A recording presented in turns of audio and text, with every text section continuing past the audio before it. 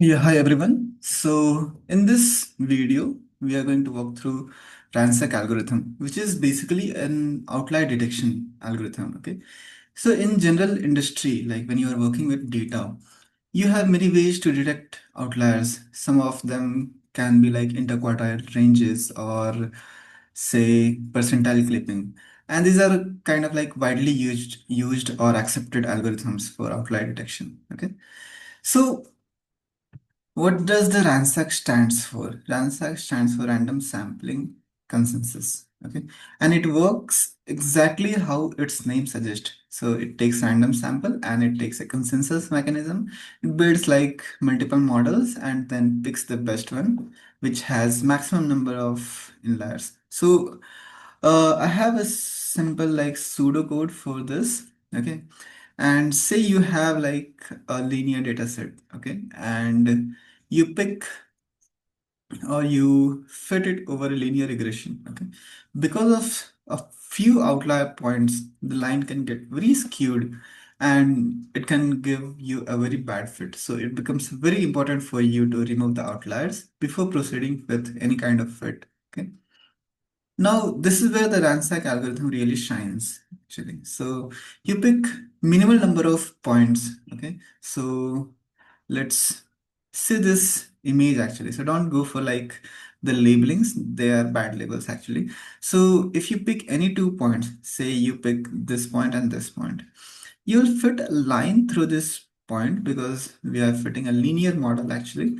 and you will have an approximation of points around that line. Okay, so if the point is this far, so this point will be very far away from the line that we have fitted, and it will not be included as an inlier. Okay, it will be outlier, and you will repeat the same process through random samples multiple times. So you'll be making like n number of models actually. So sometimes you'll be fitting this point and this point, and then you'll be like plotting a line and with a threshold that you can choose. You can choose like, okay, this is the threshold or error value that I can be comfortable with, and I'm going to pick points around that line with this error threshold. This is the bandwidth in which I'm going to select the points as inliers, and outside that it will be outliers. Okay, when you have n number of different models, for each model you will have a set of like inliers and outliers,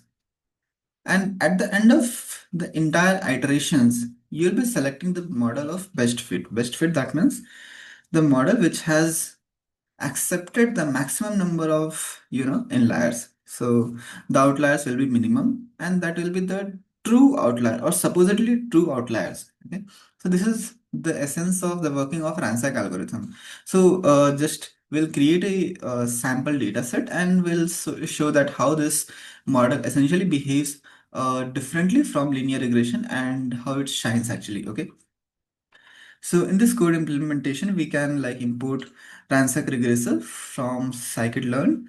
And here we have like generated synthetic data, and then we have added some outliers. Okay, so if I show you the plot here, you can see the green lines. So green dots are actually the normal points, and the yellow are the synthetic outliers. The entire thing is synthetic data, but the yellow is the one that you have created an outliers. Okay. So if you fit a linear regressor line, so it is going to be skewed because like there are a good number of outliers, and that has really pulled the line from like blue one to purple one, and it has really slanted. Okay.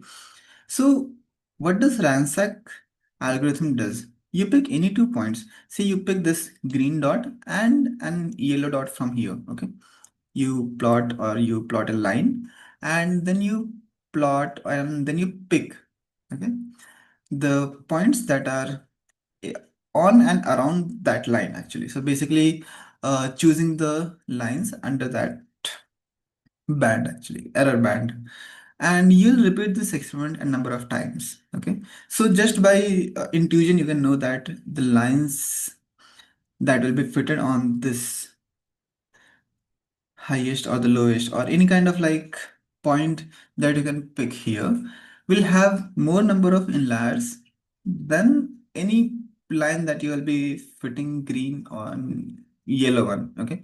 So this is a synthetic data.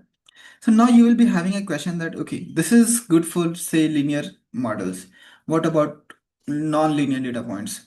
So Ransac is basically an algorithm. It doesn't like care about the type of model that you want to fit. Okay. So you can go for like polynomial, quadratic, or circular, any kind of like data points or models that you are aware of. Okay.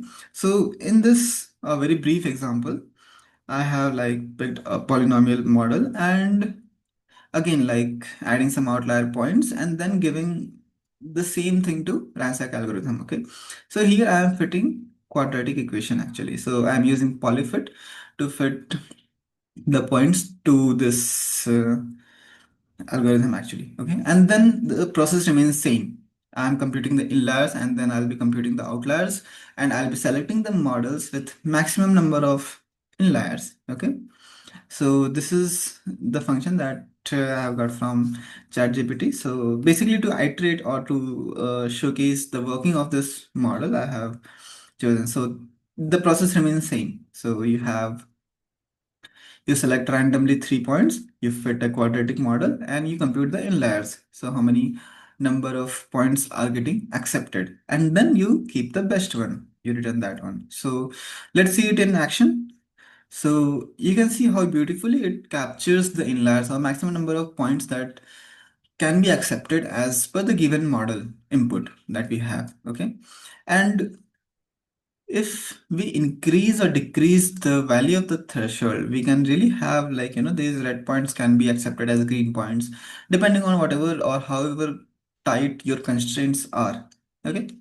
So this is how the Ransac algorithm works. It was a very short and sweet algorithm, so I thought why not make a video on it. And it is not limited to, like the known models. If you know the model or if you know what model to fit, you can easily like go to that model. But if you do not know, you can always use this curve fitting algorithm from SciPy, and then you can go forward with the optimization and outlier detection. Okay, so this is like a generic model. Actually, you can use it in your real world application to actually see that is this model really helpful, or you have to go to the basics like interquartile ranges or percentile clipping. So they are always the go-to methods. Okay, so yeah, thanks a lot.